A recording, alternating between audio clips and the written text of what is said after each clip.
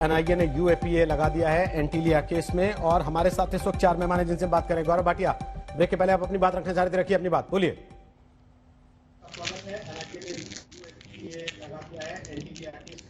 गौरव जी, आवाज आ रही मेरी?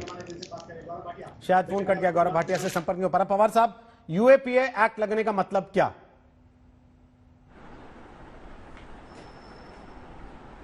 नहीं, उसके ऊपर मैं ज्यादा बात नहीं कर पाऊंगा। मुझे रिटायर होके 20 साल हो गए, अभी नहीं, मैं प्रोविजन उतना ध्यान में भी नहीं है जी। लेकिन आपके रिटायर होने के 20 साल के बावजूद इस बात को आप स्वीकार करते हैं कि राजनीतिक तौर पर जो आरोप इस समय लग रहे हैं उसमें कुछ ना कुछ सच्चाई है। अगर कोई अफसर ये कह रहा है कि एक जूनियर को गृह मंत्रालय से यह आदेश आ रहा था कि जाओ उगाही करके लाओ, क्या ऐसा होता है? नहीं, जो मैं ब्रेक के पहले भी बता रहा था, कंडक्ट डिसिप्लिन रूल के मुताबिक मुझे याद है, मैं जब डिप्टी कमिश्नर था और मिस्टर रोबेरो कमिश्नर थे तो उनके क्लियर ऑर्डर्स थे कि कोई भी ऑफिसर मंत्रालय से कोई भी मिनिस्टर ने बुलाया तो नहीं जाएगा बगैर मेरी परमिशन के। और उन्होंने मंत्रालय में मिनिस्टर्स को बोल के दिया था कि यदि आपको कुछ भी चाहिए तो मुझे बोलिए, मेरे जूनियर्स को मत बुलाइए। नॉर्मल कोर्स में ये सिस्टम है, कंडक्ट डिसिप्लिन रूल्स है। यदि सचिन वाजे को बुलाया जाता था तो सरासर गलत था, कंडक्ट डिसिप्लिन रूल के खिलाफ था।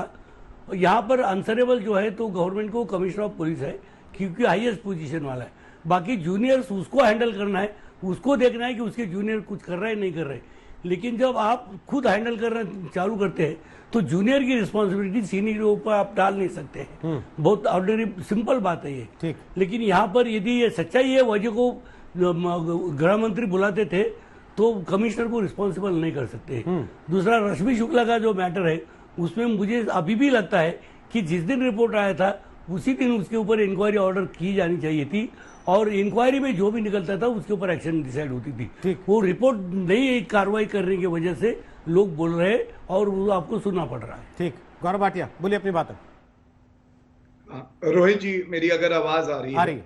आपने पहले यूएपीए की बात करी, तो ये बहुत ही एक सख्त कानून है और जो दफा धारा 16 है, अगर कोई आतंकवादी गतिविधि होती है तो उसमें इसमें डेथ सेंटेंस, फांसी लगाने का प्रावधान है, साथ में उम्र कैद भी हो सकती है। और सेक्शन 18 जो बात कर रहे हैं कि अगर कोई कॉन्स्पिरेसी करेगा कि ऐसी कोई आतंकवादी गतिविधि हो तो मिनिमम जो सजा है 5 साल की और ये लाइफ इम्प्रिजनमेंट, आजीवन कारावास भी हो सकती है। और इसकी वजह वही है, जो जेलेटिन स्टिक पकड़ी गई है, क्या ये आतंकवादी कोई गतिविधि थी, कोई साजिश थी हमारे देश के खिलाफ, इसकी भी जांच होगी। लेकिन मैं एक और तथ्य रखना चाहता हूं। अभी देखिए, आपके चैनल पे नाम है विद्या लेकिन फैला रही है मिथ्या। ये सिग्नेचर है रश्मि शुक्ला जी का, पत्र पे मेरे हाथ में है। इन्होंने कहा ईमेल करी गई। ईमेल पे डिजिटल सिग्नेचर होते हैं, कई बार यूजर नहीं डालता, लेकिन इस पत्र में साफ है कि उनका सिग्नेचर है। और जो दुख की बात है कि मुख्यमंत्री अपनी चुप्पी क्यों नहीं तोड़ रहा। आपको मालूम है, लोग बता रहे हैं, इतना घबराए हुए हैं उद्धव ठाकरे कि अगर मीडिया का कैमरा सामने से निकल जाए तो कहते हैं पर्दा कर दो वरना मीडिया आ जाएगी, मुझे बोलना पड़ेगा। ये तीनों भ्रष्टाचारी पार्टियां मिलके इनको जनता की सेवा करनी चाहिए थी, लेकिन ये आरोप भारतीय जनता पार्टी पे लगा रही है। मैं आपको चुनौती देता हूं, अगर कोई भी लीडर है भारतीय जनता पार्टी से जुड़ा है, अगर उसने कुछ गलत किया है तो कार्रवाई एफआईआर कौन करेगा? बताइए मुझे। एफआईआर करिए, विवेचना करिए, उसके खिलाफ कार्रवाई करिए। वो तो आपने करी नहीं। ये 25 अगस्त की रिपोर्ट दी और उसके बाद रश्मि शुक्ला जी की रिपोर्ट पे 7 महीने कोई कार्रवाई नहीं हुई और आरोप आप हम पे लगा रहे हैं। और एक बात मैं और कह दूं, कोविड का संकट महाराष्ट्र पूरी तरह से विफल हो गया क्योंकि ये अपनी तिजोरी भरने में लगे थे जनता को लूट के। इनको कोई चिंता नहीं थी कि आम आदमी और जो वहां के नागरिक हैं उनको कष्ट हो रहा है, उनकी जान की कीमत सबसे ज्यादा। विद्या जी आपकी बात का जवाब दे रही है, फिर संजय जी आपके पास आऊंगा। बोलिए विद्या जी, क्या बोल रही हैं? जी देखिए, गौरव जी का नाम गौरव है लेकिन गौरव करने वाली कोई बात उनमें नहीं है।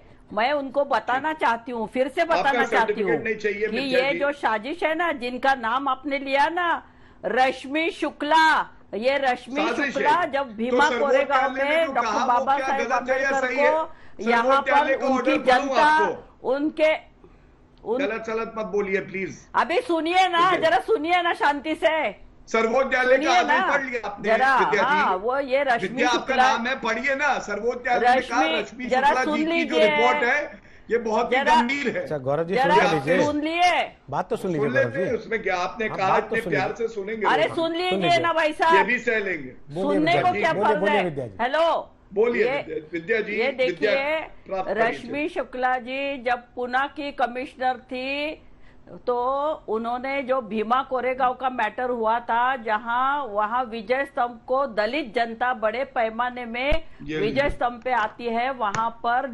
जलाने का, दंगा भड़काने का काम हुआ 100 करोड़ की था। वसूली तब करेगी वहां तो पर जो यहाँ पर करने वाले जो भाजपा के लोग थे उनको पकड़ने का काम ये रश्मि शुक्ला ने किया नहीं। और उसकी इंक्वायरी जब महाराष्ट्र सरकार कर रहे थे तो जब ऐसा लगा कि अभी भाजपा के लोग फंस जाएंगे, भिड़े गुरुजी एक बोटे फंस जाएंगे, तब उन्होंने ये कार्रवाई महाराष्ट्र पुलिस से हटाकर एनआईए तो को दे दी। आपने- तो विद्या ये जी तो एक सत्य बात, है ना जो मैं विद्या सच जी बोल रही एक हूँ। बात नहीं निलंबित समझ क्यों में आ नहीं रही। किया?